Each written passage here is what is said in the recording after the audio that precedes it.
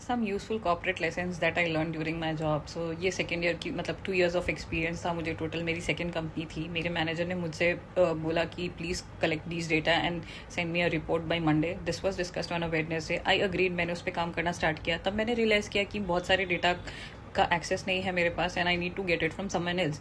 तो let's call a person Vinay in my sister team. He had those access. मैं उनके desk पर गई. मैंने उनसे बात किया, उनको समझाया मुझे ये चाहिए, एक्सेस नहीं है, manager is asking for a report.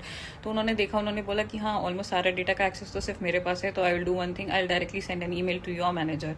तो मैंने बोला ठीक है. ये हमारी डिस्कशन हुई, बात खत्म हो गया. कट शॉर्ट ट्यूसडे आया एंड विनय डिड नॉट, उन्होंने कोई मेल नहीं किया मेरे मैनेजर को. तो मेरे मैनेजर जब मुझसे पूछे कि क्या हुआ, तुम मुझसे पूछा कि मैंने तो तुम्हें मंडे तक ईमेल करने बोला था, वेयर इज़ दैट. तो मैंने विनय से, मैंने विनय को भी उस कॉल पे इंक्लूड किया और मैंने बोला कि मेरी तो विनय से डिस्कशन हुई थी एंड सिंस मेरे पास एक्सेस नहीं था, सिंस इन्हीं के पास सिर्फ एक्सेस था, ही अग्रीड कि वो आपको डायरेक्टली ईमेल कर देंगे. Vinay on the call completely denied कि ऐसा कुछ डिस्कशन हुआ था. He completely flipped.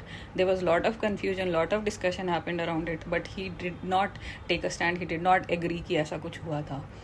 Cut short, मेरे मैनेजर जो कि बहुत अच्छे इंसान थे, उन्होंने मुझे बाद में बस एक गोल्डन लाइन बोला कि meeting without minutes is simply gossiping.